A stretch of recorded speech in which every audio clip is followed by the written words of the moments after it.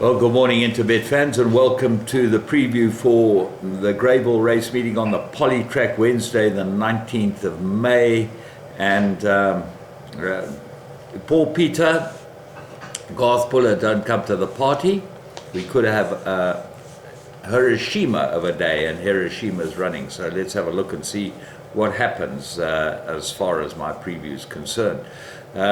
Remember, 8-race card at Scott at Grreyville, 12:25 first race. You know what the course is like, and I think that the course always suits horses that are front runners, and it all depends on this track whether they get a soft lead or they have to push for the lead. I watched a race the other day where a horse that Billy Jacobson rode got to the front, Her Royal Majesty I think it was, on a hard hold, and absolutely led them a merry dance. The rest of the jockeys looked like they're sleeping. But anyway, that's how this track runs. So if you don't have a genuine pace, and until we have sectional timing, you can't know whether there's a genuine pace or not, because that's the only thing that tells you whether the horses are going an even tempo and a reasonable tempo. Let's look at the first race, 12:25,000 meters, and Paul Peter starts off the day with promise of hope. 6 to 10, very skinny. There's nothing in it, but it should be able to win. Remember, it ran behind Eternity Ring last time, and that came out and won yesterday. I thought that the horse that ran third was got at far too late. Stuart Pettigrew's runner, and I think it will probably win over a little further next time, but it looked like he needed to get going a bit earlier.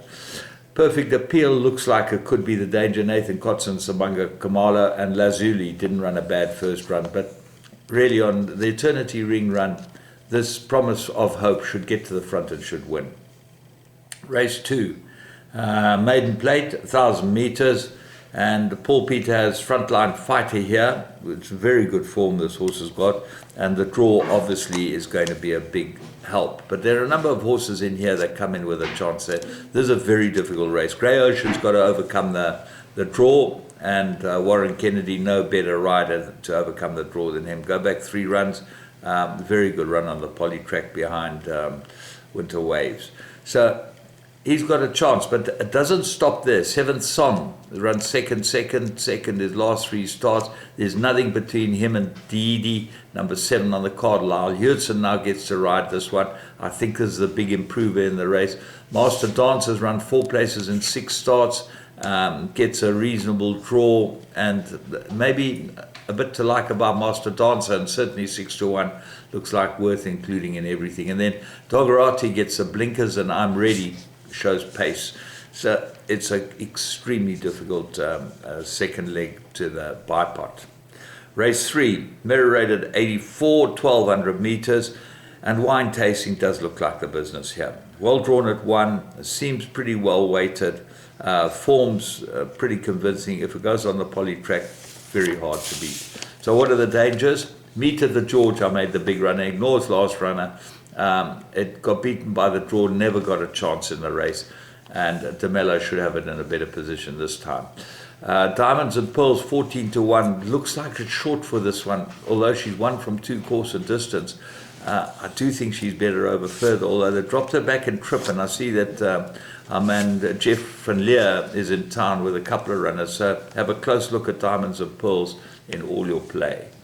Race 4, Maiden Plate, fillies and mares, they got 1,900 meters. Rainwear looked to me immediately when I saw the blinkers on, I said, this is perfect, this is what it's all about. But this stable, 1,900 meters, suspect. And they've taken the blinkers off now and put the tongue tie on. So that opens up the race. Emerald Isle, I think, is the big danger, and I'm putting this into everything. I think it's got the form, I think it's got the trip, I think it's got everything in its favor.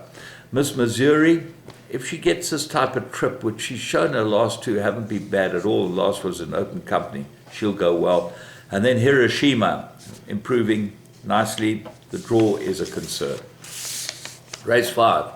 Mirror rated 94, they go 1,900 meters. I made an absolute 3-cornered contest, and I'm not going with the favorite, which is looked for the hounds at 5 to 2. I'm going with 3 Magical Midlands. I think this is very, very well handicapped in this race, and I think it's the right horse. Lion's Head, big danger, because take a close look at Lion's Head. He looks like he's crying for this type of trip, and if that's the case, he's going to be hard to beat. And then the find of the race is number 1, Flight Song, with a 4-kilogram claim. Only gets 52 to carry, 52.5. And off crawl 1, all Zuma's got to do is just tuck it in behind the front horses, not more than 2-3 lengths behind, and this will run very well. It's got some very, very good form. If you go back, you'll see that he's really not a 14-to-1 shot. Race 6, Mirror Rated 77, 2,000 meters. Baymax, second to Pashuma's Pride.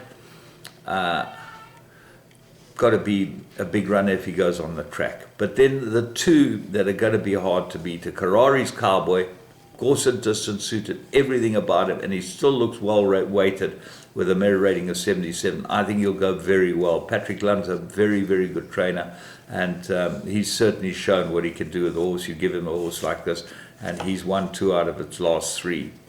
Fever, ignore his last run. I don't know what happened, but Ferraris would have known better. Should have given this horse a chance. He's much better from off the pace. Get Sabanga Kamala and expect him to go very, very well. Arrow's Mark, I make him a big roughie. Course, jockey, everything to like about this horse. He is drawn 12, and he has shown some very good form on the poly track. So give him a run here. He'll go well. Race 7, merit rated 77, 2,000 meters. And my find of the race is 1, Ferrari Ice. I think he'll run very well. Big improvement last time. And this looks like the type of trip that he's looking for. Although the way he's bred, he shouldn't get it. So he goes into all my play. 2 Tiger Tank, very well suited to the course. Won a good race last time out. Mambo Symphony, loves the poly. Will go well here with Lyle Hudson. Big jockey up. I think he's the right guy for the horse. And then Smart Socks. I wouldn't leave this one out of anything. The claim will help, the jockey will help, everything's in his favor, and he does love the poly. Smart Socks. Teeny Prince Louis horse is in good form. Gavel Strike looks like the class horse of the race, and expect him to go well here as well. So not cut and dried, and certainly need a few horses. Race 8, merit rated 69, 1,400 meters. Banker Alsmeer, or take the whole lot, because Alsmeer looks like absolutely ready in this race. Had enough runs under its belt and know that it's fit, goes course and distance. The only thing I would have liked to have seen the blinkers rather than the cheek pieces, but I wasn't unhappy with his last run, and I expect the run before in jest form to be able to hold up here, and Ellesmere hard to beat. So what else? Boogie Shoes, Hampstead Grave, 3rd run after a rest. Miss Charlotte won 2 good races. In Rapture looks like an improver. Tango Time, Maiden's Prayer gets into the race, and certainly would go well with Star Choice. So if you don't go Ellesmere, you need a lot of horses, but it all depends on how you structure the perms today, and I think that there's certainly a lot to be had about today. Those of you who back Stormy Winter, thank you for the call. I thought Gabriel Peterson rode an exceptional race on it, and I was pleased to be able to find it. Those are the things that really make horses look like you can take a chance with them when everyone else is sort of giving them a miss. Course and distance, jockey, everything about a race has got to fit into the profile of the horse. And if it fits into the profile and that profile's right, that horse will run to the best of its ability. So from me, James Goodman, a whole Interbet team, remember, you can pay crap dice. I've been playing a bit of crap dice. I mean, it's such fun on Interbet. Have a good one, and you've got plenty of time before the race meeting starts.